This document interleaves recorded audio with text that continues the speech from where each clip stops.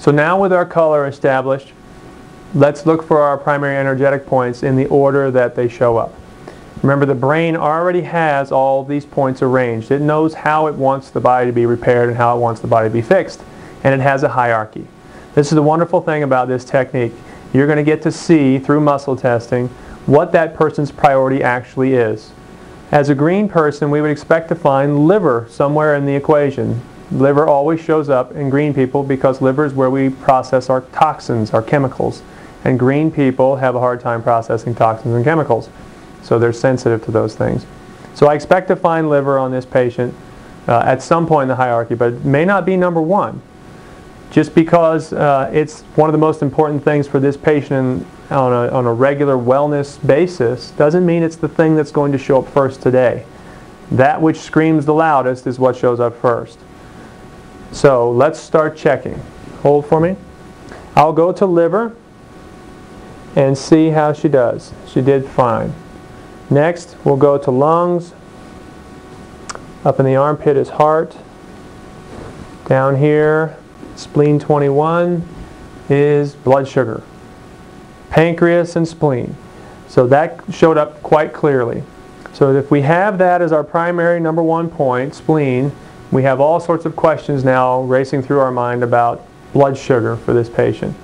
If she came in itching and with an allergic reaction, we would think about spleen from a histamine standpoint. Remember, the neurotransmitter histamine is elevated in patients when spleen 21 shows up, or it has a propensity to be elevated. So it would be a good thing to check histamine. Let's do that. So we have biomarkers of all the neurotransmitters and all of the hormones and substances related to blood sugar issues. And we want to check them all. Here's histamine. Holding strong for me. Doesn't weaken us like we would expect it to if there was an abundance of histamine. And shouldn't strengthen us because that point is related to high histamine, so we shouldn't want any more. And we don't. So just like that, we've pretty much ruled out the histamine side of things, and we want to focus on the blood sugar side. So blood sugar means insulin, glycogen, glucagon, and of course glucose. So I'm going to get all of those biomarkers out and we'll test them all.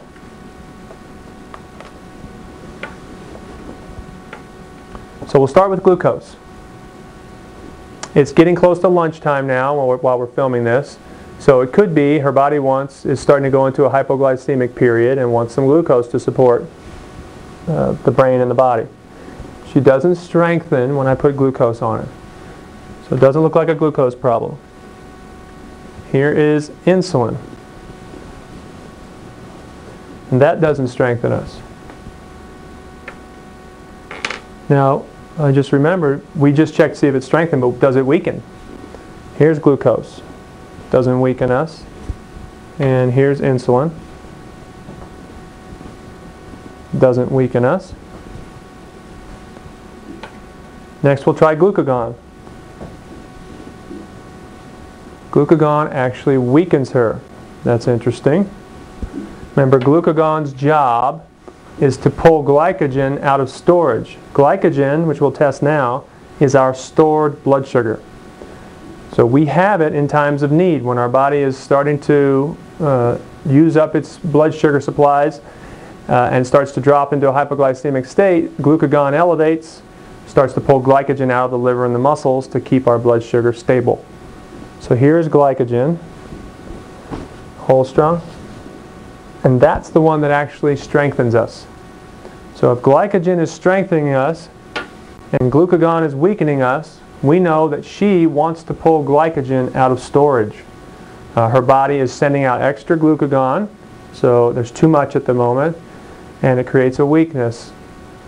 At the same time, glycogen strengthens her because glucagon is trying to pull glycogen out of storage. If glycogen's not coming out of storage the way it should, we sometimes look for vitamin B6. Vitamin B6 is the key that unlocks the storage cabinets for glycogen when glucagon's over there knocking on the door. So we'll check B6. Then we have several others we want to check. all related to general blood sugar function.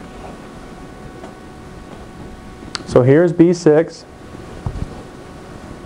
and she does strengthen nicely to B6. I want to know, however, and we do this with every PEP, whenever you find a nutrient, we want to know, is B6 a really helpful thing for her that's going to help multiple systems, or is it just something that can help at the moment temporarily, but it's not really a long-term supplement?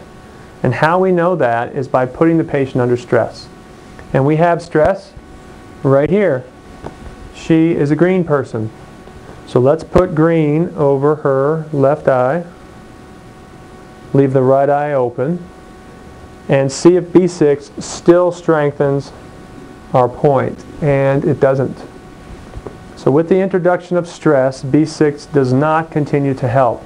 This is a fantastic test and will keep you from giving supplements to patients that just turn out to irritate them. All of us have given too many supplements to patients and created reactions we didn't know would happen, and that created a lot of complications. So we want to avoid that, and one of the ways to do that is to make sure your supplement does not, we'll put it this way, still continues to strengthen the PEP when under stress.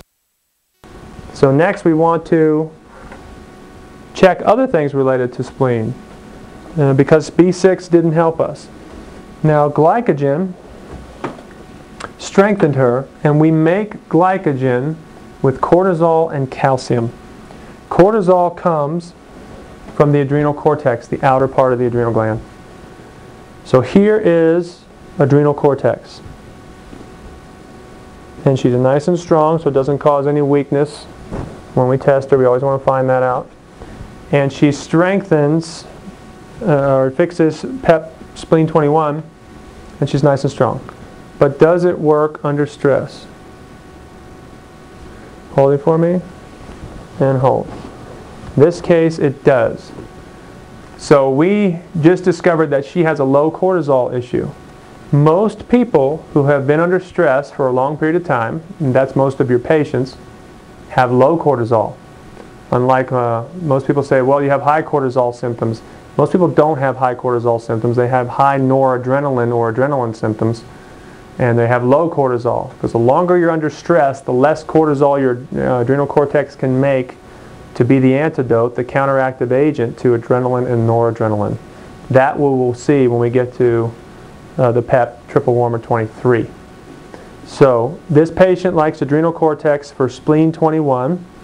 It still stays strong under stress, and we'll stop there with this one.